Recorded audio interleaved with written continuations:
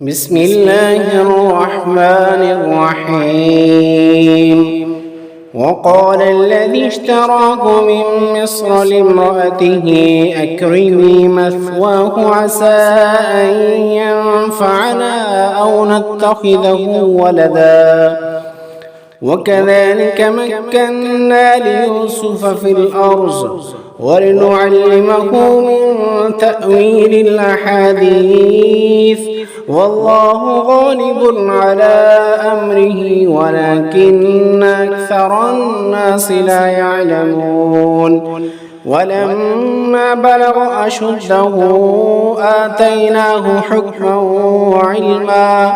وكذلك نجزي المحسنين. وراودته التي هو في بيتها عن نفسه وغلقت الأبواب وقالت هيت لك قال معاذ الله إنه ربي أحسن مثواي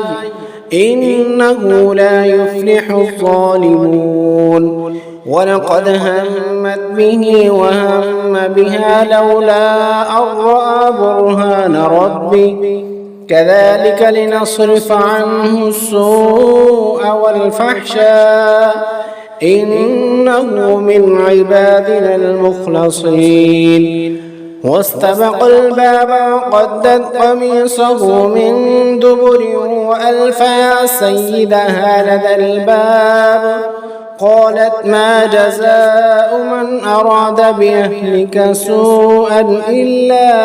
أن يسجن أو عذاب أليم. قال هي راودتني عن نفسي وشهد شاهد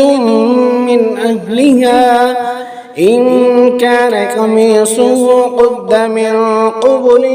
فصدقت وهو من الكاذبين وإن كان قميصه قد من دبر فكذبت وهو من الصادقين. فلما رأى قميصه قد من دبر قال إنه من كيدكن إن كيدكن عظيم. يوسف أعرض عن هذا واستغفري لذنبك إنك كنت من الخاطئين. وقال نسوة في المدينة امرأة العزيز تراود نفسه قد شغفها حبا إن لنراها في ضلال مبين. فلما سمعت بمكرهن أرسلت إليهن واعتدت لهن متكئا وآتت كل واحدة منهن سكينا وقالت اخرج عليهن فلما رأينه أكبرنه وقطعن أيديهن وقلنا حاشا لله ما هذا بشرا إن هذا إلا ملك كريم. قالت فذلكن الذي لمتنني فيه ولقد راودته عن نفسه فاستعصم ولئن لم يفعل ما آمره ليسجنن وليكون من الصاغرين. قال رب السجن أحب إلي مما يدعونني إليه وإلا تصرف عني كيدهن أصب إليهن وأكن من الجاهلين. فاستجاب له ربه فصرف عنه كيدهن إنه هو السميع العليم. ثم بدا لهم من بعد ما رأوا الآيات ليسجننه حتى حين ودخل معه السجن فتيان قال أحدهما إني أراني أعصر خمرا وقال الآخر إني أراني أحمل فوق رأسي خبزا تأكل الطير منه نبئنا بتأويله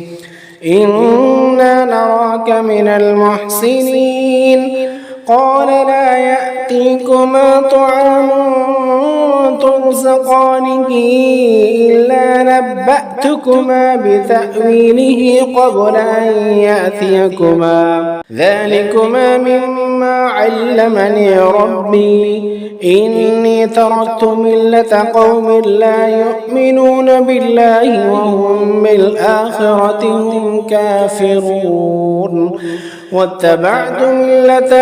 آبائي إبراهيم وإسحاق ويعقوب ما كان لنا أن نشرك بالله من شيء ذلك من فضل الله علينا وعلى الناس ولكن أكثر الناس لا يشكرون يا صاحبي السجن أأرباب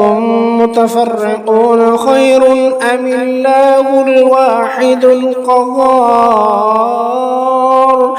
ما تعبدون من دونه إلا أسماء سميتموها أنتم وآباؤكم ما أنزل الله بها من سلطان إن الحكم إلا لله أمر ألا تعبدوا إلا إياه ذلك الدين القيم ولكن أكثر الناس لا يعلمون يا صاحبي السجن أما أحدكما فيسقي ربه خمرا وأما الآخر فيصلب فتأكل الطير من رأسه قضي الأمر الذي فيه تستفتيان وقال للذي ظن أنه ناج منهما اذكرني عند ربك فأنساه الشيطان ذكر ربه فلبث في السجن بضع سنين وقال الملك إني أرى 7 بقرات سمان يأكلهن 7 عجاف و7 سنبلات خضر وأخرى يابسات يا أيها الملأ وافتوني في رؤياي إن كنتم للرؤيا تعبرون وقالوا أضغاث أحلام وما نحن بتأويل الأحلام بعالمين وقال الذي نجا منهما وادكر بعد أمة أنا أنبئكم بتأويله فارسلون يوسف أيها الصديق أفتنا في 7 بقرات سمان يأكلهن 7 عجاف و7 سنبلات خضر وأخرى يابسات لعلي أرجع إلى الناس لعلهم يعلمون قال تزرعون 7 سنين دأبا فما حصدتم فذروه في سنبله إلا قليلا مما تأكلون ثم يأتي من بعد ذلك 7 شداد يأكلن ما قدمتم لهن إلا قليلا مما تحصنون ثم يأتي من بعد ذلك عام فيه يغاث الناس وفيه يعصرون وقال الملك ائتوني به فلما جاءها الرسول قال ارجع إلى ربك فاسأله ما بال النسوة اللاتي قطعن أيديهن إن ربي بكيدهن عليم